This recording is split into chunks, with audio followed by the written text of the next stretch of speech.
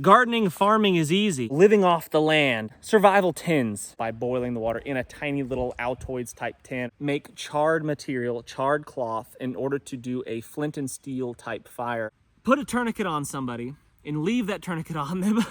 What happens? They'll cut and suck the snake bite. I like to carry all the tools and equipment that I might possibly need because you just never know.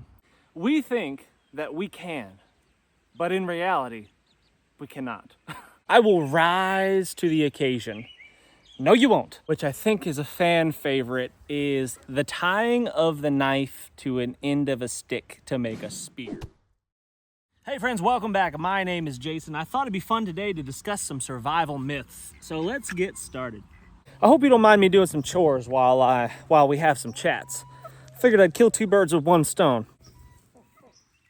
How about myth number one, since I'm on the subject here? Myth number one, gardening, farming is easy. You just throw some stuff in the dirt and food happens. Very wrong. You know, to some degree, I guess that is the case. Potatoes are fairly easy. You have good soil and you throw them in the ground and they will produce more potatoes for you.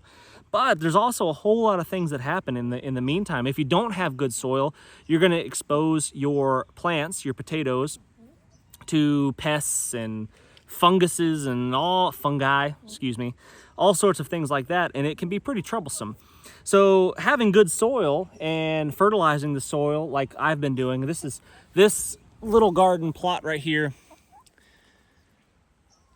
is the accumulation of a couple of years of adding compost and leaf litter from the woods and huge amounts of grass clippings. The grass clippings were probably about that high in here at one point, and it's all just rotted and decayed down and turned into pretty decent soil. At least that's my hope. I haven't tested it or anything. I'm just assuming because I've put so much stuff in here, so much crap, a couple years worth of compost in here, and chicken poop, lots of chicken poop. Every time we clean out the coop, we dump that stuff in here, and that is excellent fertilizer.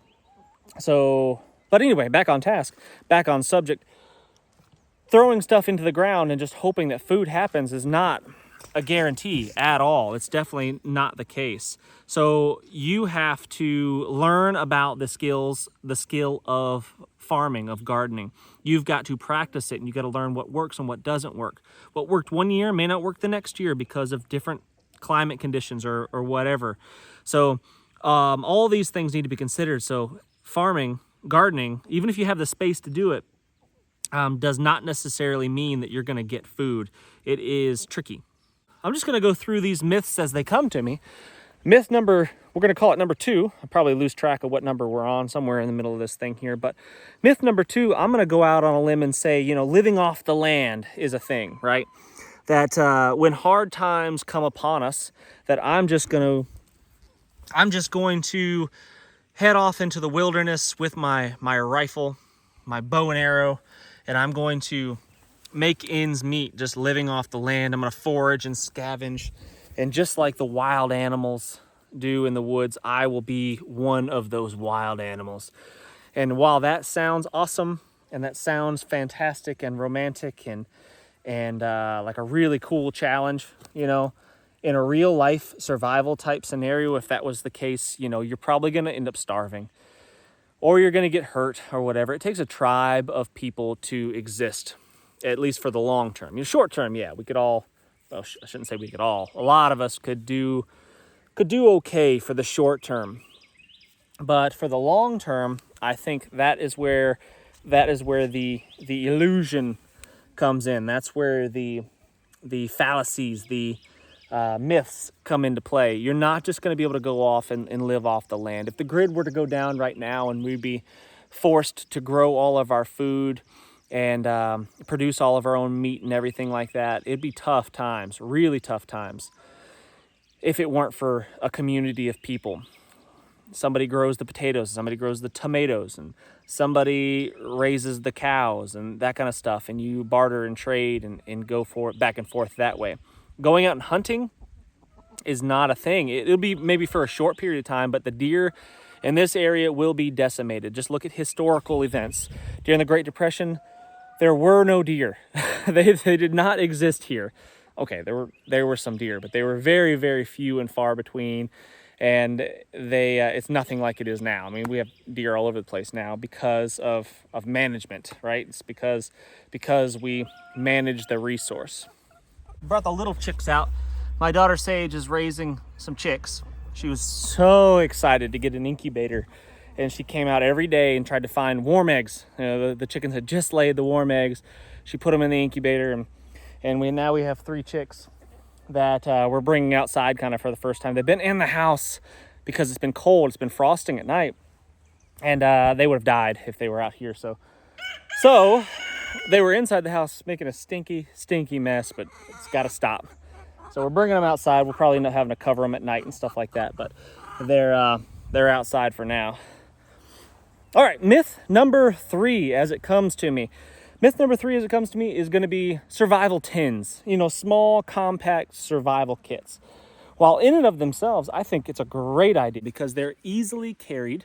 Put them in a pocket, put them in the console of your truck, put them in a small pocket of your pouch, whatever. They're easy to transport, easy to carry with you, and they're not a burden, so you won't leave them behind. If it was a big, heavy jumbo kit, you might leave it behind because it's cumbersome and annoying and hard to carry. So I think that they're fantastic, and I think that you should have one, and I think you should practice building them and practice with the supplies and stuff inside of them. But a couple of the fallacies that go around those survival kits is like the metal Altoids tin. Everybody says, you need a metal container. So backstory. I helped design a small compact survival kit called the OSH kit. And one of the major complaints about it is it's not in a metal tin, all right? So it's not in a metal tin. And everybody says, oh, it's a major miss. It has to be in a metal tin because 1, you can boil water in a metal container. 2, you can make charred cloth or charred material in a metal container. Sure, yes, you can. Absolutely. And I think you should know how to do that and be able to do that. But here's my rationale behind not putting it in a metal container and not feeling it important to have it in a metal tiny container. First one is that, have you ever tried to boil water purify water by boiling it, making it safe to drink, killing waterborne pathogens by boiling the water in a tiny little Altoids type tin or even a little bit bigger one? Have you tried to do that? If you have done that, you will realize very, very quickly that it is a pain in the neck because you're going to boil a couple ounces of water at a time, and then you're going to let it cool off, and then you're going to sip that 2 ounces of water, and then you're going to have to repeat, and you're going to have to basically have you have to have fire right next to your water source, and you're almost certainly going to go through more hydration in the attempt of boiling the 2 ounces of water at a time than you would if you just didn't drink any water at all. so that's my thoughts. Try it sometime. Maybe I'm wrong. Maybe it's my technique. Maybe it's user error. But I want you to go out and I want you to try boiling your water in a tiny little tin and see how that goes for you. Try that for a short period of time. See what happens. But next thing is the charred cloth deal. Yes, I think learning how to make charred material, charred cloth, in order to do a flint and steel type fire, I think is a useful skill, and I think it's a valid skill. I think it's important for us to continue on these traditional ways of making fire. I think it's a good idea to learn how to do a friction fire. But the point that I'm trying to make is having a way to make charred cloth in a survival kit seems a little bit silly to me. And here's why. Because in a survival kit, theoretically, in your survival kit, you should have multiple ways to get a fire going anyway. You should have fire starters of various kinds, really, really reliable ways to start fires. And if you don't, you are mistaken. Because in order to make charred cloth in your little tiny mess kit tin, Altoids tin, you need to have a fire in the first place. So you need to have started a fire somehow, some way, and then you need to be able to char the cloth so you can make your next fire. And I want to know in what realistic scenario that you can paint the picture for me, please, in the comment section. Explain to me, what realistic scenario do you foresee needing to make charred cloth? You've already got a fire, okay? Why am I making charred cloth for another fire? I'm just going to keep that fire going. I'm not going to let it go out at all costs. I've kept a fire going for 25 days straight before, because I had to start it with a friction fire to start with, and I knew I didn't want to try to do it again, so I just kept that fire going. That's not that hard to do, not that hard to keep a fire going once you've got a good coal base. Now I know what you're going to say. You're going to say, well, what if you're on the move? You know, you started a fire and it's difficult to transport coals and stuff like that. Yeah, there's ways of doing that, but yes, that is difficult. And yeah, I could make my charred cloth and I could be on the go in this hypothetical survival scenario, and now I'm off and I've got my charred cloth, and the next time I stop and need to make a fire, I can do a flint and steel fire. Sure. Okay. Maybe. Well, what realistic scenario is that going to be? Like, why would you, if you, in your survival kit, you should have multiple ways to start a fire in the first place. Just carry more ways of starting a fire. I don't know. I mean, maybe I'm off. Maybe I'm off here. Maybe I need correction. Tell me what you think in the comment section. That would be great. But I think the charred cloth thing, valid skill, should be learned. I think because of long-term type survival. Let's say grid does go down. Let's say the Bic lighter company is no longer producing lighters, and they've had to push their efforts into wartime, and they're no longer supplying the public with lighters, and yeah, who knows? I'm making stuff up as we go here, but yeah. And then you're like, well, crap, all my lighters are out now. I need to get a fire going to light the wood stove or whatever. How can I do that? You don't want to be doing friction fire every time. That sucks. So maybe having some charred material around where you can do an old school flint and steel fire is a valid reason. I mean, that's a valid point. All right, I get it. But a small tin survival kit? I don't know. I don't see it.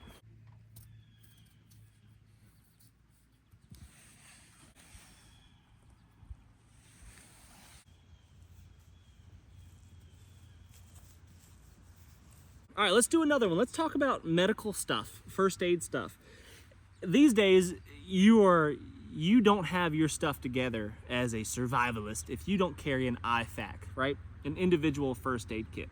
And while I agree, I think it's very important to have an individual first aid kit. I think there's a lot of myths that go along with that. So let's say you're in that grid down, 911 isn't coming, you're on your own, right? Put a tourniquet on somebody and leave that tourniquet on them. What happens? Bad things will happen, for sure. Yeah, you've got the tourniquet and maybe you know how to use the tourniquet, but it requires advanced medical care after the fact. And currently, yes, in current times, absolutely, you should. If someone is bleeding profusely from an artery on their leg, you should tourniquet that thing high and tight, lock it down and stop the bleed, and then get them to higher care, a higher form of care, as quickly as you possibly can so they can treat that wound. But in the event of, we're on our own out here, unless you've got somebody in your crew that knows how to do that higher level of care, we're in a bad spot, right? Just having those medical supplies, those first aid supplies, doesn't necessarily solve the problem. It might delay the inevitable, perhaps, which is really, really sad to think about. But these are just things that I've heard before. I've heard people say, like I've got an IFAK, I've got a tourniquet, I'm good to go. You're not good to go. That's just what you do immediately to solve the immediate problem. And then there's a whole laundry list of things that I am not qualified to take care of. And you probably are not either, unless you're a healthcare provider of sorts. Oh, some good looking dirt. Some good looking dirt. I didn't used to get excited about these types of things. It took a little bit more. But now I get excited about dirt.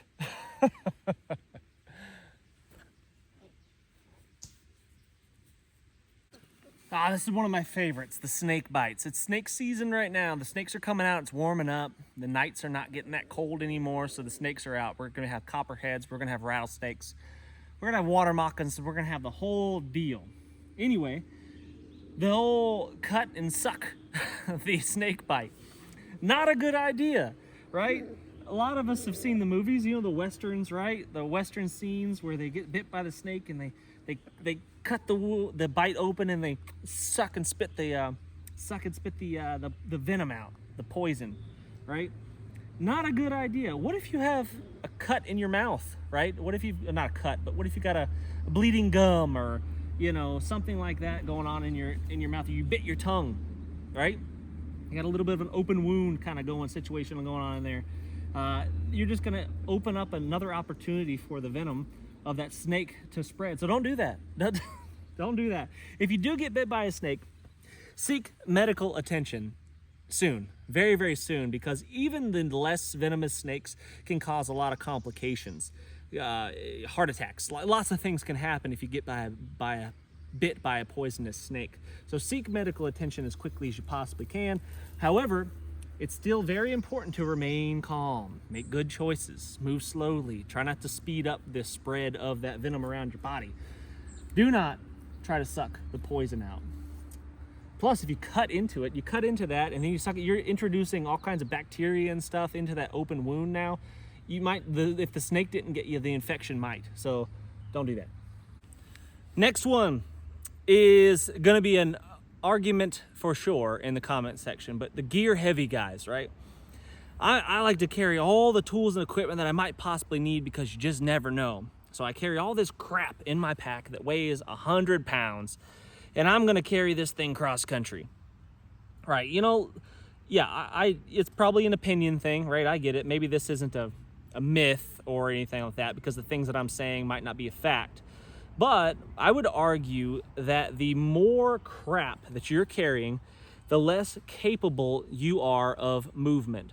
And movement in a lot of situations is the difference between being in the survival situation and not. If you can just get out of where the danger is, just leave, you won't be in a survival situation in the first place. So the more of a burden you have on your person, a big old giant backpack, the more you're carrying with you, the less mobile that you are. And in my opinion, the less likely you are to survive. Chances are you're not going to use half the crap in your pack. If your pack weighs, 100 pounds, I would bet a lot of money that you haven't used most of the stuff in your pack. So it just depends, So I like to travel really, really light. I carry what I need, and I try not to carry anything more. And that's worked pretty well for me so far. One day, I might end up in a ditch somewhere for the want of the one thing. Maybe. Well, it hasn't happened yet. I'll keep you posted. Next myth or misconception, I think, is that a lot of people, I'd say most of us, including myself, have been guilty of overestimating our abilities. We think that we can, but in reality, we cannot. Take, for example, last summer, I tried to walk 40 miles with a single bottle of water. So 40 miles, just walking. 1 liter of water. Turns out I can't do that, but I thought I could. I thought I was pretty confident. I didn't think for sure, but I thought I was pretty confident that I could make 40 miles. I knew it was gonna hurt. I knew it was gonna be uncomfortable, but I thought, yeah, I can make it. I was wrong. I made it to 30 miles. And I think most people, a lot of people, like on the comment section of that video that I did and the post that I did before that, a lot of people said 40 miles, yeah, no problem. It's gonna suck, but yeah, I could do it. Yeah. I think that you're wrong. I think there's some exceptions out there of people that, have really tested themselves, those ultra marathoners that run 50 miles on a regular basis without stopping. Yeah, sure. But for the most of us, regular people like you and I, we tend to overestimate our abilities. And unless we've gotten out there and really tested it in lots of different situations with different loads on our backs and different weather conditions, heat and humidity all have a factor. We overestimate what we're capable of doing. So if your get home scenario requires you to walk 60 miles, can you really walk 60 miles? Can you, with what you've got? With the calories that you're carrying, with the water that you'll have access to? Will your feet take it? Can your feet physically hold up to that kind of abuse? I don't know. But what I do ask is that you test these things before you get too confident. Before you say, for sure, I can do it. Go try it and see what happens. Oh, here's a good one. This one always gets me. I will rise to the occasion. No, you won't. So yeah, adrenaline and, things can kick in and can allow you to perform at a higher physical ability, perhaps. But when it comes to thinking, when it comes to problem solving, when it comes to a survival situation, quite the opposite is generally the case. You will not rise to the occasion. You will fall to the level of your experience, your training, to the work that you put in ahead of time. So many people have said, I've heard a lot of people say this, a lot of people say, if it came down to it, I'd be able to do it. I'd shoot straight and I'd be able to fight. And, yeah, well, okay. Yeah, sure. You could kung fu the crap out of somebody if the time came. Well, so could the other guy. Everybody wants to win, right? So that doesn't really make a whole lot of sense when you think about it. You're not going to rise to the occasion. You're going to fall to the level of your training. And if you have trained hard and you have practiced and you have really put in the time and the effort, then maybe you'll be able to solve that problem and it won't be a survival situation, perhaps. But don't count on it. Don't count on being able to figure something out in the heat of the moment. Chances are your brain will not work. I've been in situations, we've all been in situations where our brains just kind of they lock up and they don't it seems like everything's moving in slow motion when it's only a matter of seconds. It seems like it's it's taking minutes to go by. It seems like hours when it's only 30 seconds that has passed. And that kind of stuff can freeze you up. People will run, they'll fight, or they'll freeze, And you won't know what you will do in any particular situation unless you've been in that situation. And it will also vary from situation. You could be presented with the same situation twice and react completely different each time. So it just depends. It's hard to say exactly how you will respond to a survival situation unless you've really, really been in it, and unless you've thoroughly tested yourself. I think our testing of ourselves are big rock. Our grenade. I think our testing should be difficult. I think training should be really, really difficult. It should simulate the real thing as much as we can. It should be more difficult than the real thing. If we've trained to do a 40-mile walk home, because that's what we anticipate might be the worst case scenario, and then it turns out we've only got to walk 20 miles in the real situation, piece of cake, right? You get what I'm saying.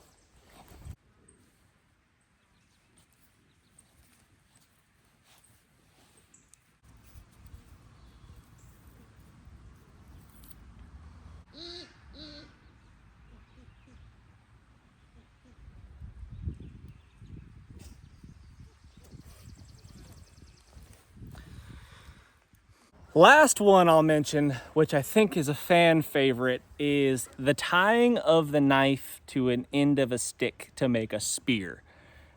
While yes, totally awesome, and I do condone this activity for the pure awesomeness factor, probably not that beneficial in a survival situation, because you've taken your knife and you've attached it to a big long stick, which makes it more difficult to use for knife-like tasks.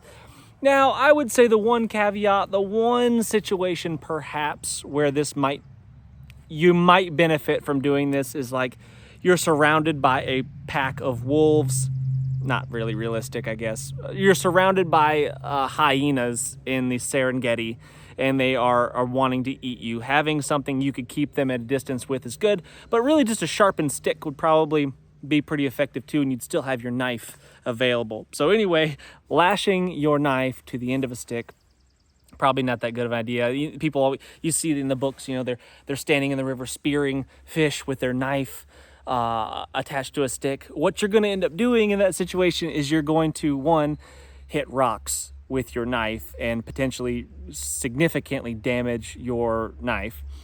Two, even if you were fortunate enough and skilled enough to stick a fish, without a barb on the knife itself, the fish comes off very, very easily unless you pin it to the ground. And again, you're damaging your knife. I would suggest not tying your knife to the end of a stick unless you were surrounded by hyenas. Thanks for watching, friends. Thumbs up, subscribe if you haven't done so already. Cannot wait to see you on the next one. Please share this video. Please leave lots of comments. Tell me some more survival myths that give me one of your pet peeves. I want to hear one of those. See ya.